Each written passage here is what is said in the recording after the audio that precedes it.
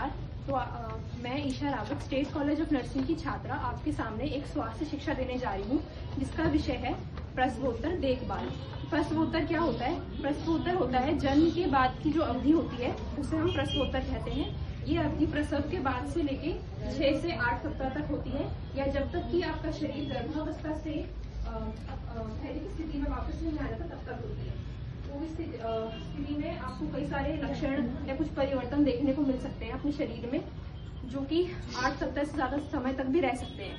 तो इस दौरान आपको अपना और अपने शिशु का देखभाल करना सबसे ज्यादा जरूरी होता है। तो आइए देखते हैं इस अवधि के कुछ सामान्य लक्षण होते हैं, तो वो देखते हैं।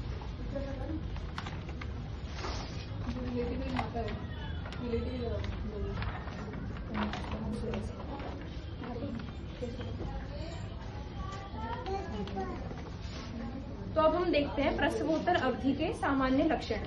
तो सबसे पहले है स्तनों में सूजन व निप्पल में दर्द। यदि आपके स्तनों में सूजन या निप्पल में दर्द है तो इसके लिए आप क्या कर सकते हैं? तो आप इसमें जब बच्चे को खाना खिला रहे हैं तो उससे मतलब जब आप उसको दूध पिला रहे हैं तो उससे पहले आप क्या कर सकते हैं? गर्म सिकाई कर सकते हैं। और जब आपने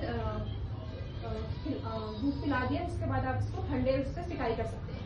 उसके बाद आता है योनिस्राव। योनिस्राव यानी कि लोकिया, जिसमें आपको कुछ समय तक लाल रंग का या फिर उसके बाद आपको भूरे रंग का जो है वो देखने को मिलता है कुछ दिनों तक। तो इसके लिए आप क्या कर सकते हैं? आप इसमें सैनिटरी पैड यूज कर सकते हैं। तो आप उसको पहनेंगे तो उससे आपको पहन सकते हैं। इसके अलावा दूसरा है गर्भाशय का सिकुड़ना। गर्भाशय के सिकुड़ने की वजह से आपको दर्द वगैरह महसूस हो सकता है। इसके अलावा है पसीना आना। पसीना आना भी एक आम वो है लक्षण है, जो कि 1 से 2 हफ्ते तक रहता है, उसके बाद ठीक हो जाता है। इसके बाद वजन घटना। इसके अलावा है बालों का झड़ना। ये सब सामान्य लक्षण है। इसके अलावा आपके पेरिनियम में दर्द हो सकता है, तो आप उसके लिए तकिया इस्तेमाल कर सकते हैं, या फिर आप उस क्षेत्र को धोने के लिए गर्म पानी का इस्तेमाल कर सकते हैं। इसके अलावा आता है सी सेक्शन की रिकवरी। सी सेक्शन की रिकवरी यानी कि सिजेरियन सेक्शन के बाद की रिकवरी।